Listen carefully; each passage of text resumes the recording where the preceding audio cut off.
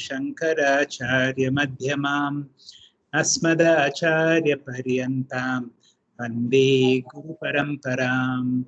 Om. We are in the beginning of the 7th chapter.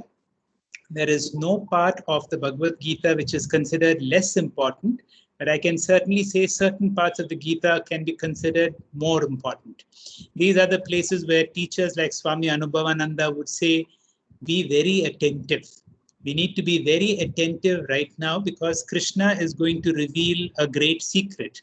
He's going to reveal a secret of how you can discover Krishna in yourself and around you. Pay great attention to these verses where all our speakers are going to unfold the presence of Krishna around you. Dr. Aksha, please begin. Shri Gurubhyo Namaha. In the chapter 7, verses 4 and 5 describes the two prakritis, the higher as well as the lower. Yesterday, Dr. Divakar has given a detailed description of the verse 4, Bhumi Rapo Nalo Vayuhu Kam Manaha Buddhi and Ahankara. All these constitute his nature, which is eightfold, divided, and lower, called the Apara Prakriti. Here, Bhagavan Shri Krishna introduces the Para Prakriti in verse 5 of the 7th chapter. Apareyamitastvanyam prakritim viddhi me param jiva bhutam mahabaho ya edam daryate jagat. Iyam tu apara. Indeed, this eightfold nature is apara. Mahabaho, O mighty armed Arjuna, viddhi, no. Itaha anyam, other than this, yaya, by which idam jagat daryate, this entire universe is sustained, is me param prakritim, is my higher nature, which is jiva bhutam, constituting the life principle. Swami Paramarthananda says this is a very important verse from the Vedantic angle. Our scriptures say matter and energy are inferior as they are achetana, and consciousness is superior as it is neither matter nor energy and not subject to modification. So consciousness is consciousness. Just as Apara Prakriti is here, Para Prakriti is also very much in the creation. Coming at the macrocosmic level, we are talking of Bhumi, Vayu, Akasha, and so on. Coming to the microcosmic level, body is going through changes, mind is violently changing. So body, mind, everything is apara. Whatever we experience is apara prakriti and the experiencer is the para prakriti. Shariram is apara prakriti, jiva is para prakriti. The observed mind is the apara prakriti and the observer jiva is the para prakriti. The awarer, experiencer, I am, is the para prakriti. Tattvam asi. This verse is important as it contains this Mahavakya. Bhagavan Shri Krishna says the whole creation is a mixture of para prakriti and apara prakriti. He addresses Arjuna in this verse as Mahabaho, who is a powerful intellect. And he says the para prakriti as the very jiva, the very consciousness experiencer behind this body-mind complex, the jiva bhutam at the vyashti level. And at the samashti, idam jagat daryate, this entire inert material universe is sustained by the consciousness principle alone. The whole cosmos is in harmony because of the Chaitanya Tattvam. Jivatma is beyond all distinctions. In this verse, the Paraprakriti is spoken of as a feminine gender. The same life principle is referred in masculine gender as Purusha in the 15th chapter and Kshetrajna in the 13th chapter. And in neuter gender as Adhyatma in the 7th and the 8th chapters. The whole, our scriptures mentions about the same principle in various Shrutis and Smritis. In the Lalita Sahasranama, the same principle is the Parashakti Pranarupa. In the Dakshinamurti Ashtaka, The ninth verse goes this way. Buram Bamsya Nalo Nilombaramahar Nato Himam Puman Ityabati Chara Charatmakamidam. So Puman is the highest principle along with the Ashtamurtis. In the Purusha Sukta, Sahasra Shirsha Purushaha, Sahasraksha Sahasrapat, Sa Bhumim Vishwato Vrutva Atyatishtat Dashangulam. Enveloping everything, he stands alone infinitely. Purusha Evedam Sarvam Yadbhutam Yachabhavyam. The supreme cosmic being is whatever was, whatever is, and whatever will be. The past, present, and future are melted in the eternity of the infinite. Sir, I'll take a few more seconds. Please go ahead. Today being Narsimha Jayanti, Narsimha Avatara is an epitome of Advaita Tattva. The one and secondless Tattva in Chatushpada and Dvipada, and that Tattva is omnipresent, including inert things like pillar. The Jnana Tattva which invoked with Parabhakti or Jnana by a sincere Mumukshu, Prahalada, could annihilate avidya. Hari Om, sir. Thank you. Thank you. Thank you, Dr. Raksha, for explaining Shri Krishna's message and a Mahavakya message, revealing the great truth about God. And suddenly we begin to feel godliness all around in the world around you, feeling Krishna's presence.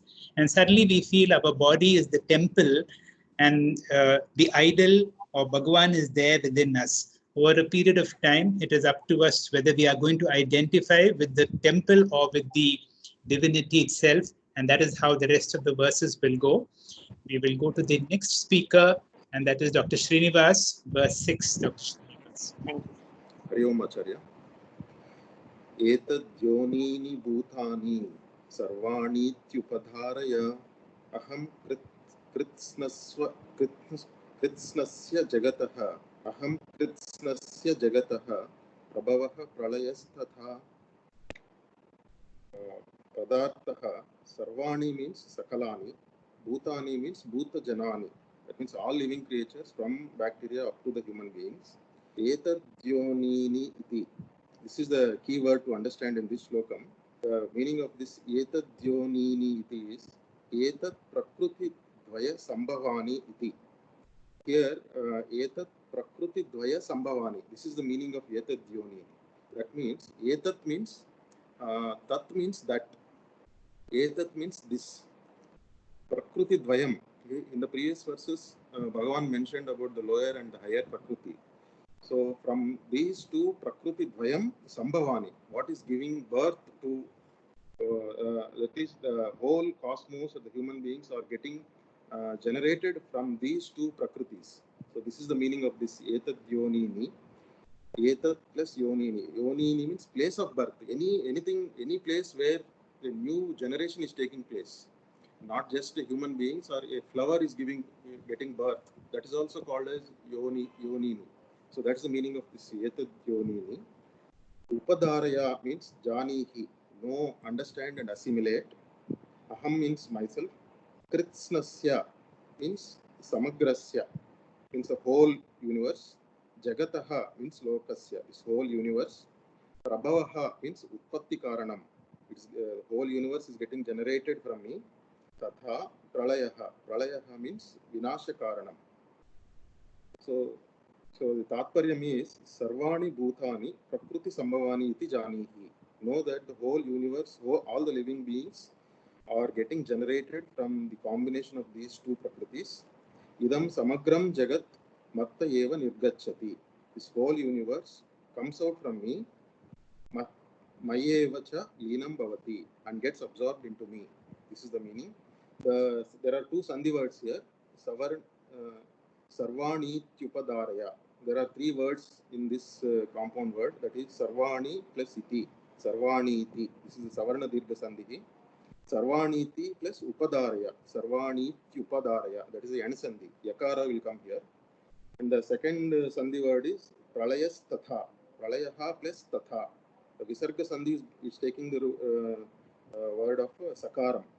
Pralayas Tatha. Pralayaha plus Tatha. So this is the grammar. So basically, what the Bhagavan is telling is, whole universe is getting generated from the combination of these two prakritis. So here Vyasa is telling it as higher and lower. So even if you read other books, they say they say that both are equal in nature. They don't mention, some of the books don't mention higher and lower. So the concept of Ardhana Ishvara Tattva is also same. Both are equal.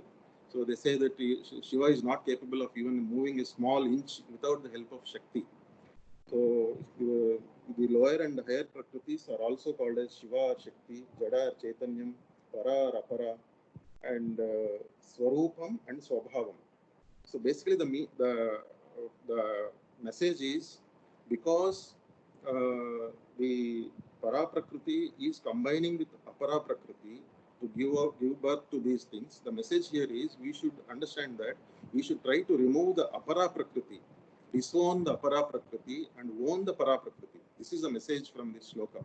Like how a sculpture, when he takes a big stone from a mountain, if he wants to carve out a statue or an image of a god or a statue of a god, what he does is he just removes the extra stone. He is not going to create any new stone. What he does is he removes the extra stone so that a new statue of a god is made. Similarly, we need to identify and disown the Apara Prakriti and identify the Swarupa of the Bhagavan. This is the message in this shloka, sir. Thank you, sir.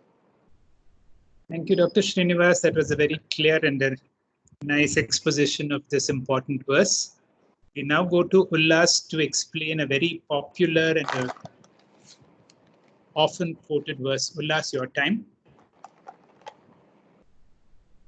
Mattah parataram nanye kinchet asti dhananjaya mayi sarvam idam protam sutre manigana iva. We have been seeing Ishvara Swarupam here.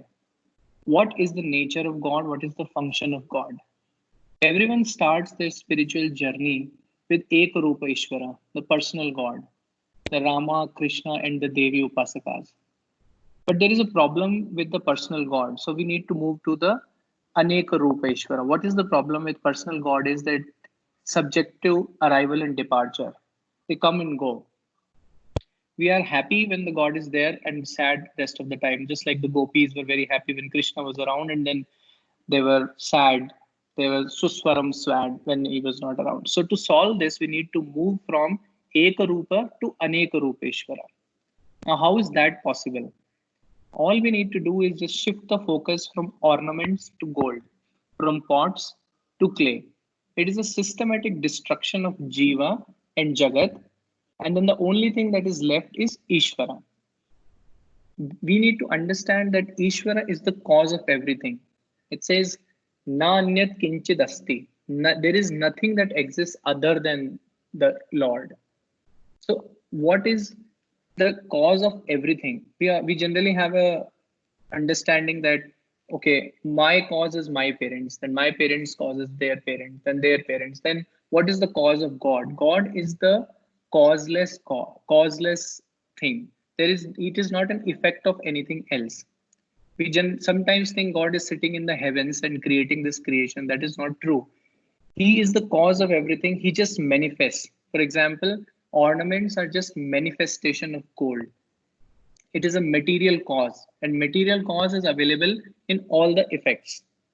So it says, Mattaha parataram nanyat kinchid asti dhananjaya. Oh Dhananjaya, there is nothing else that exists other than me in this world. And then it gives an example. Just like a mala, a garland, is the underlying thing for all the beads. We see the beads are the visible ones, but the thread is not visible.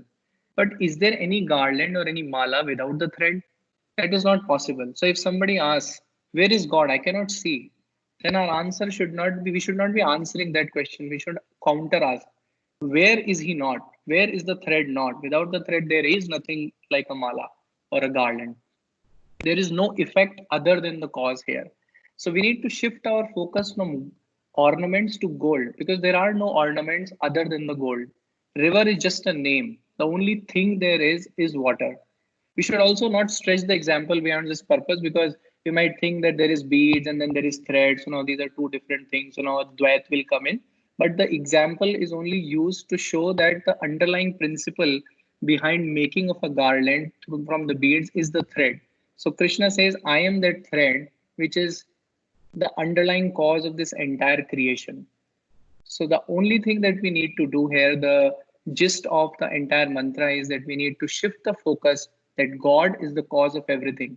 Later on, of course, in the Upanishads and all, we will go from, right now we have come from Ekarupa to Anekrupa, and eventually we will go to Arupa.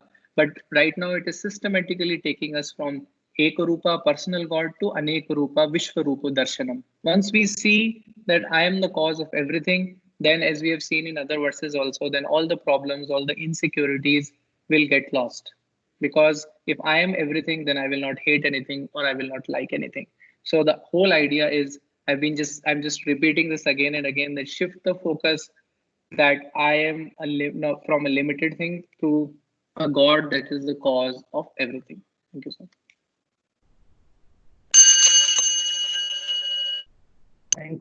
Thank you, Ullas, for helping us to understand this God principle from the simple Ekarupa, knowing its limitations, and as we evolve, we need to become sensitize our mind to seeing God everywhere before we come to the Arupa or the higher form of God. You also explained this sutra very nicely, including the example and showed us the limitation of the example and not to overread too much into this example. Really could not be improved upon. We go to Dr. Anupama to give us another meaning of another beautiful verse, 8th verse. Right, can I start, please? A little louder, please. Your voice is faint. Okay. Am I okay now? Yeah. Okay. Verse 8. Rasoham apsu kaunteya prabhasmi shashi surya yoho pranavaha sarva vedeshu shabdaha khe paurusham nrushu.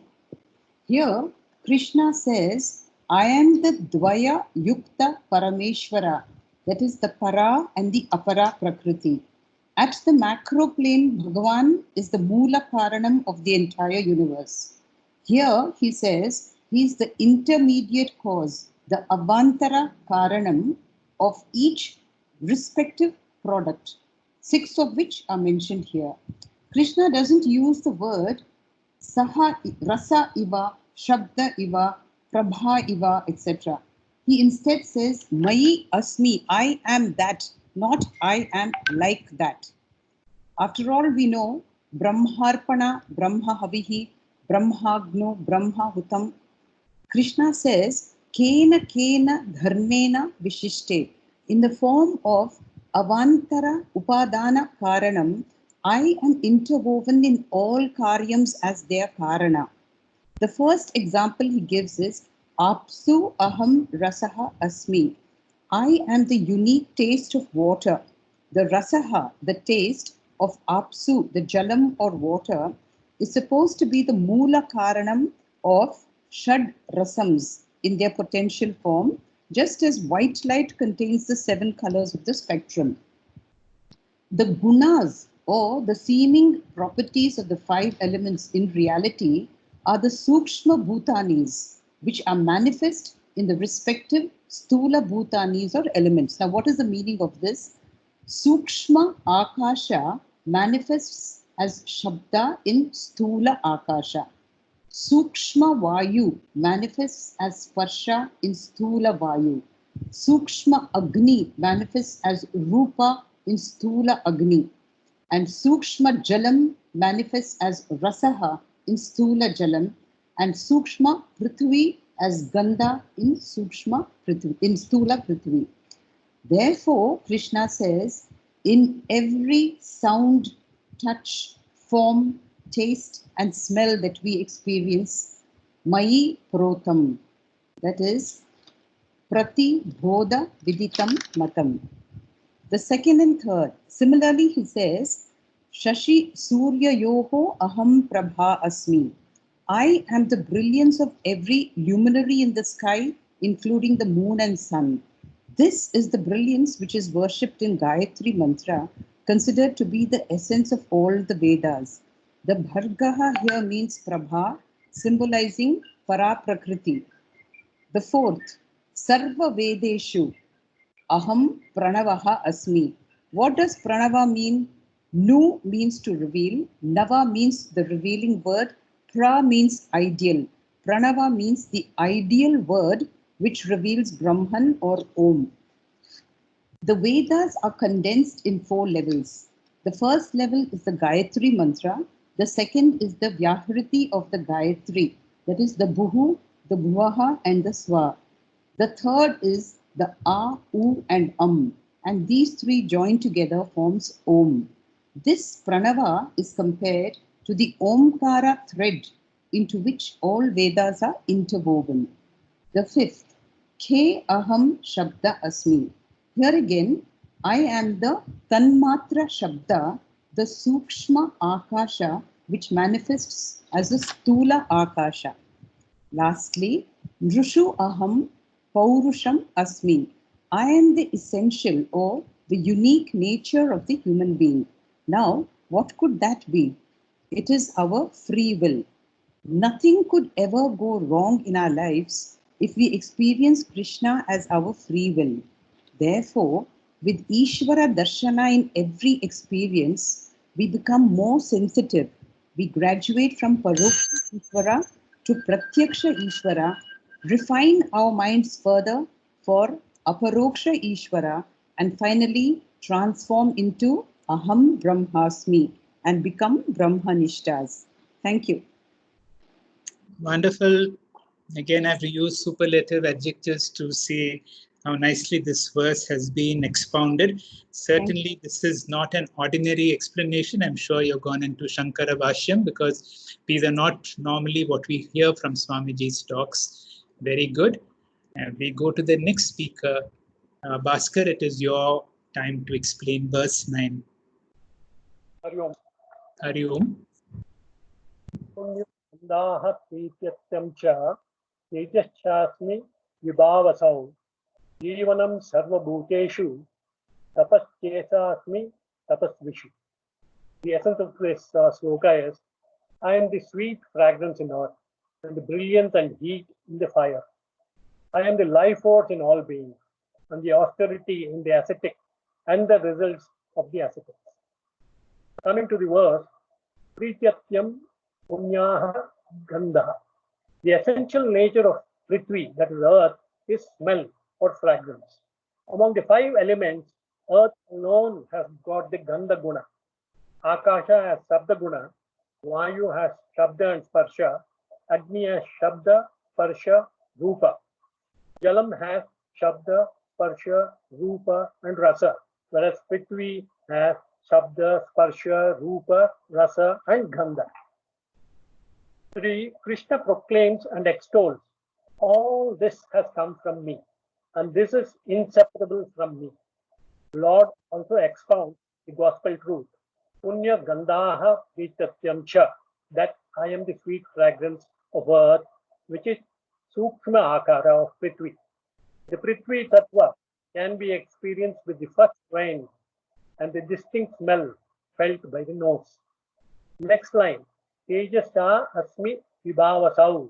Lord says, I am the brilliance and heat, the Agni Tattva, which is visible.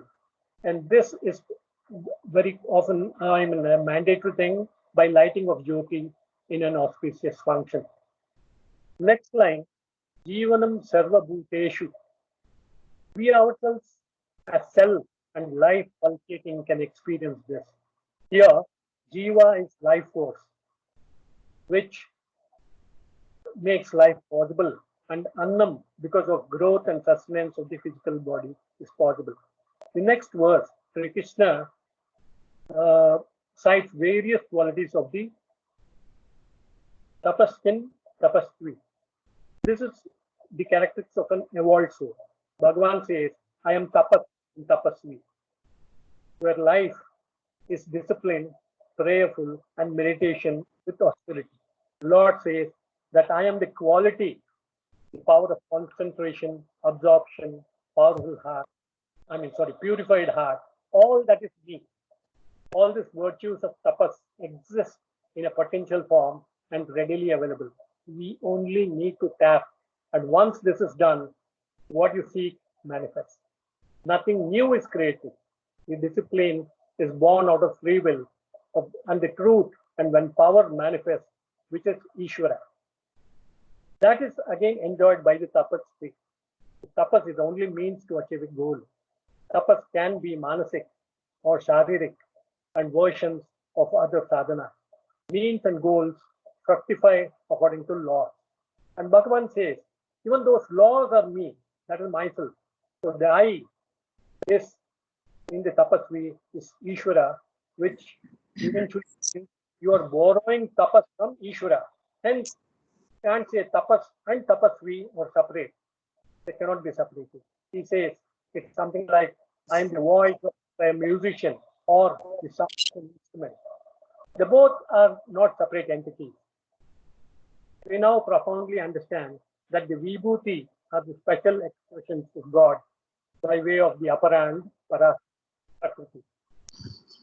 Again, it's a common example where ocean is nothing but water, but wave thinks it is separate, or gold and ornament, or like bead and other things. Bhagavan's vibhuti is in every atom, be it mountain, river, or Panchabhuta. Panchabhuta in our tradition is worshipped as God, dedicated to respecting Akasha Linga, Jala,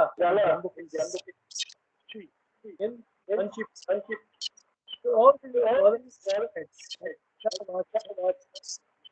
or Brahma, learn to look at this as manifestations of Ishvara. This requires an attitudinal change. This is what a Mahatma has with a vision to change. Or we sadhakas, with the guidance of our mentors, are appreciating the beauty or truth that in the eyes of the beholder and imbibing the appropriate Virat Swarup of God, which we see in everybody. And today, in Narasimha Jayanti, where even children, through the celluloid presentation, allow to see this Ishvara, Virat. Thank you. Thank you. Thank you, Bhaskar. As you can see, Krishna is elaborating from the 5th verse where he is sensitizing us to his vibhuti to prepare us for the Vishwarupa Darshana Ishvara. We go to the next verse, and Smita, it is your time to. Bijam mam sarvabhutana vidhi partha sanatanam buddhir buddhimatam asmi tejas tejasvinam aham. The literal meaning is, O Arjuna, know me to be the eternal seed, that is Sanatanam Bijam of all beings, that is Sarvabhutanam. Buddhihi asmi, buddhimatam asmi, the intelligent principle behind the intelligent people. Aham, tejaha tejasvinam, I am the glory of the glorious. In a cause and effect relationship, every cause is a seed of its effect. For example, ocean can be considered the seed of the clouds, and the clouds are the seeds for the rain. Similarly, Lord Krishna says in the first line of this verse that he is a cause. He is a seed from which all beings have been created. That is the basic cause or primal cause. The word Sanatanam Bijam indicates this. Swami Paramatmanandaji explains about eternal cause. Causes can be divided into two types, relative cause and ultimate cause or absolute cause.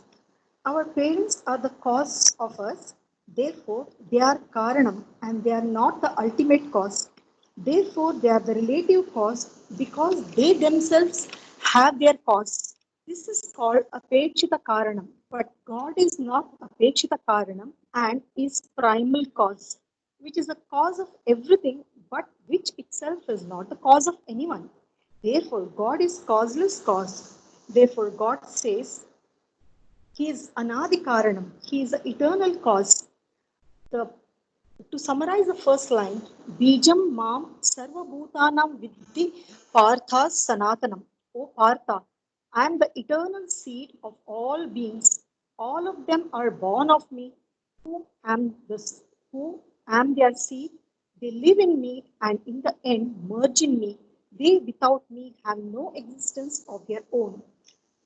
In the second line of the verse, Lord says, Aham buddhir buddhimata asmi, which means I am the very intelligence principle behind the intelligent people. There are some people who are extraordinarily intelligent, and their glory is because of the intelligence. And Lord says, I am that intelligence principle. And what exactly does this mean? It means intelligent people are enjoying their intelligence because of Lord's blessings or grace alone. Lord says he is a subtle force behind the intelligent and the glorious. The saints have always acknowledged that their brilliance of their works are due to the God's special grace. Tejas Tejas Vinam Aham means I am the radiance or the boldness of the glorious or bold people. Bold people. Sri Krishna says he is a subtle force behind the intelligent and the glorious. Sant Tulsidas says, neither did I write the Ramayana, nor do I have the ability to write it. The Lord is the doer. He directs my actions, and acts through me. But the world thinks that Tulsidas is doing them. Therefore, humility is very important. Ignorance of Bhagwan will lead to arrogance. So one has to be humble, and all the virtues in us belong to Lord only, because they are the manifestation of Lord. The more we internalize this truth, the more humble we become. Humility born out of knowledge will remain, but without proper understanding, humility will only be a show. It's like externally they will be humble, and internally they will be arrogant. We should be humble and not claim the glory of ourselves. Swami Paramatmanandaji has explained this through a story. He has narrated a story from Kenopanishad. Once Devas were feeling proud about their victory, the Devas became arrogant and started claiming the accomplished victory. The realized the form of a and challenged Devas. First, Agni was sent to face the challenge. Agni claims he can burn and transform anything. So the Yaksha throws a blade of grass in front of Agni, challenges to burn it. Agni fails to do it. Later, Vayu was sent. Vayu too fails the challenge. Finally, Indra goes to Yaksha. Yaksha disappears. Indra realizes and prays in humility, and Goddess Parvati appears and says it was none other than Brahman or Lord himself who's the real power behind their victory. Swami explained that the next quality, which is to see the glory in other persons also and never to become jealous. Therefore, humility and non-jealousy or appreciation are the benefits of Ishwara Jnanam. Thank you. Dhanyavadaha. Thank you, Smita, for a nice explanation of this verse, and not only to make us sensitive to the beauty of the Lord, but not to be jealous or to be egoistic. We go to the next speaker, Purnima. It is your time. Gurubhyo Namaha. Balam balavata chaham kama raga vivarjitam dharma viruddha bhuteshu kamosmi bharatarshabha. Pada Parichaya. Balam, strength. Balavatam, of the strong. Cha and aham, I am. Kama, desire. Raga, attachment. Vivarjitam, devoid of. Dharma viruddho, unopposed to dharma. Bhuteshu, in all beings. Kamosmi, I am the desire. Bharata Varshabha, best among the Bharatas. That is Arjuna. Right from verse 8 to 10, as explained by the earlier speakers, Lord Krishna elaborates the presence of the Supreme in the system of the universe and its play. This 11th verse of chapter 7 is highly meditative. The infinite in us, expressing as the self, is defined as the strength in the strong, that is balam balavatam asmi, but a strength that is devoid of desire and attachment, kama raga vivarjitam. The desire for what is absent is the kama, and affection for what one has obtained is the raga. Kama and raga, these are the factors that poison strength into power that tyrannizes over others. These two emotions are generally the cause of conflict between individuals, communities, and countries assisted by their respective strengths. Krishna divides this strength into two types. One is positive strength, which is dharmic and is used for the welfare and the safety of the society. The second is the negative strength, which is adharmic and will be the cause of destruction of the society. The Supreme manifests as that positive strength in the strong. To nail this point further, in the strength of Ravana, we see but the brute, the terrible, the ugly, while in that of Rama is the glimpse of the godly, the righteous, the beautiful. Therefore, Krishna very intelligently says, I am the constructive strength in the strong people. So, when the Lord states Kama Raga Vivarjitam, he means devoid of desire and attachment, explaining beautifully that this constructive strength is manifested when desire and attachment are removed from one's heart, and that is when the power of life unimpeded flows through us and the divine essence in us is unveiled, pure and blissful. The second line of the shloka reads, Dharma viruddha bhuteshu kamosmi bharatarshava. The Lord goes one step further in his thirst to communicate. Everyone knows within one's direct experience the force of desire. Now the Lord says, I am desire, kamosmi, but with a difference. I am desire unopposed to dharma, the righteousness. Dharma viruddha bhuteshu kamosmi bharatarshava. When desire is muddied with selfish passions and egocentric lusts, it becomes vulgar, ugly, ruinous. But when desire is righteous to serve others, to bring happiness to the community, that desire power is a true expression of divine grace. These are desires which will help one grow positively. Any desire which will promote spirituality is dharmic kamaha. Paramaguru Sankaracharya tells in Taittiriya Upanishad that even desire for money can be a wonderful desire. Dhanam dharmartham, dharmaha chitta shuddhyartham, chitta shuddhihi gnanartham, gnanam mokshartham. It means money can be used for noble activities, which in turn will be useful for purification of mind. This purification of mind will help us gain knowledge, and knowledge leads us to liberation. Thus, even desire for wealth can be a dharmic ichha. According to Shankara Bhashya, the understanding of this verse is, Krishna says, I am that energy which is necessary for the bare sustenance of the body, certainly not that which causes thirst and attachment for the sense objects in the case of worldly mortals. So, I am the desire not opposed to the teachings of the scriptures.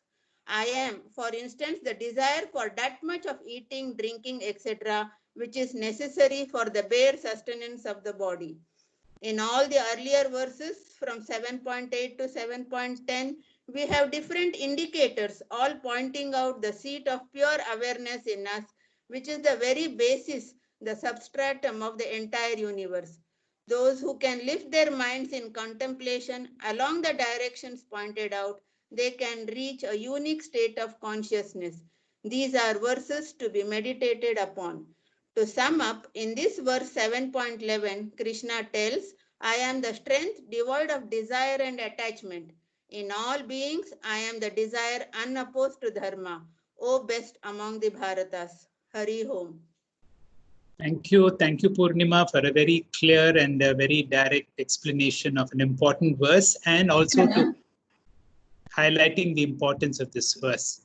We Thank go you, to sir. the last speaker for today, Nilima. It is your time.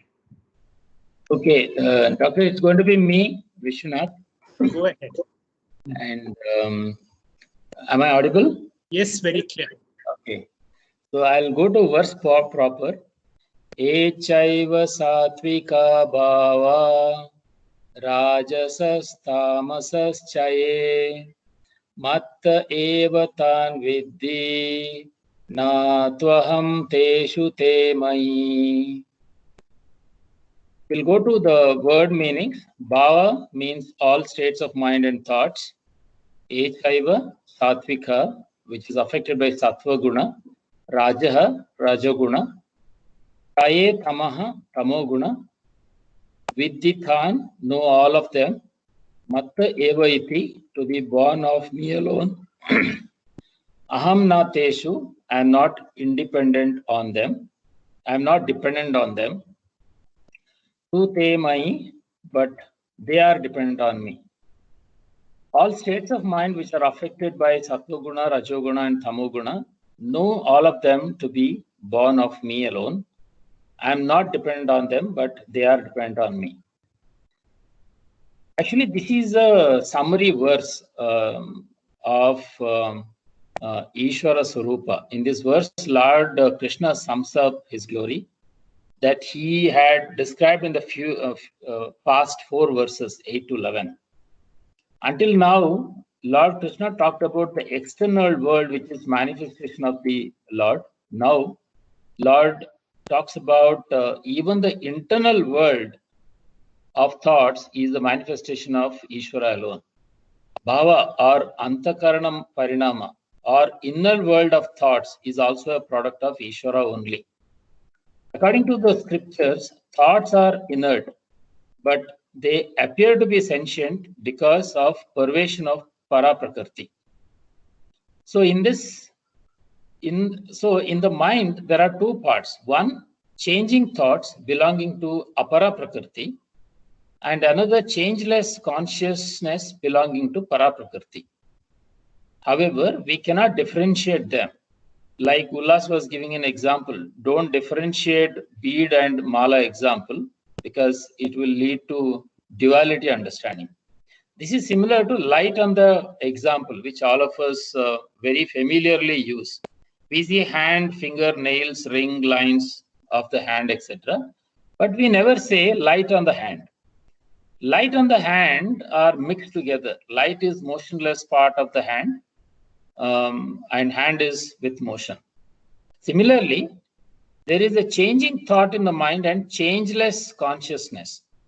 Changing thought is Paraprakrti and changeless consciousness is Paraprakrti. Sorry, changing thought is Aparaprakrti. Lord Krishna says, O Arjuna, varieties of thoughts occur in the mind and all of them are born out of me. Matta eva iti than viddhi. All mental states are born out of my own Aparaprakrti. Paraprakrti is Nirguna and Aparaprakrti is Saguna. This Aparaprakrti has 3 gunas. Sattva, which is in the knowledge domain, Rajo, activity domain or dynamism, and Tamas, delusion. So thoughts also has 3 gunas, similar to the material world. Like we have materials in the universe with 3 gunas, body also has 3 gunas, mind or thoughts also has 3 gunas. In other words, Sukha, Dukkha, Moha variety of thoughts occurs in the mind. One can misinterpret this as Lord Krishna is responsible for all types of thoughts and not himself or not oneself. When one has destructive thoughts, there is a risk that he might blame Bhagavan for it and continue to be responsible. But here, aptly, Shankaracharya gives a clarification. He says, Bhagavan is responsible for Samanya Karanam, origination of thoughts. Whereas an individual with his buddhi, intellect and free will is responsible for Vishesha Karanam, which is a specific type of thoughts, Sattva, Rajo and Tamo. Swami Param gives an example of Samanya Karanam and Vishesha Karanam. Brick and cement of the building is Samanya Karanam and it is independent of the model and design of the house. And the model and architecture is Vishesha Karanam. Similarly, our thoughts, consciousness is Samanya Karanam and wavering thoughts is Vishesha Karanam. Like we cannot remove wood from furniture, we cannot remove consciousness from thought.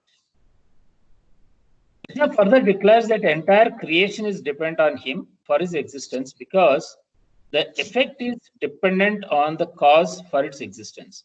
However, he does not depend on the world for his existence. The cause cannot depend on effect. In other words, Para Prakriti cannot depend on Apara Prakriti for its existence. In conclusion, even if the whole universe is destroyed, Ishvara will continue to exist. Since the Lord has independent existence, he is called Satyam. Since the world has dependent existence, it is called Mithya. Hari Om. Thank you, Vishwanath. Very nice explanation, particularly about the understanding of the mind, about the Vishesha Karanam and the Samanya Karanam about consciousness. With that, we come to the end of today's session. Once the formal closure is over, if anybody has any doubts, we will address it to the respective speakers. I will formally bring close to this beautiful session today. Om Purnamada Purnamidam Purnat Purnamudachyate Purnasya Purnamadaya Om Shanti Shanti Shanti. Om Sarve Bhavantu Sukhinah Sarve Santu Niramayah Sarve Bhadrani Pashyantu Ma Kaschid Dukkha Bhak Bhave. Om Shanti Shanti Shanti.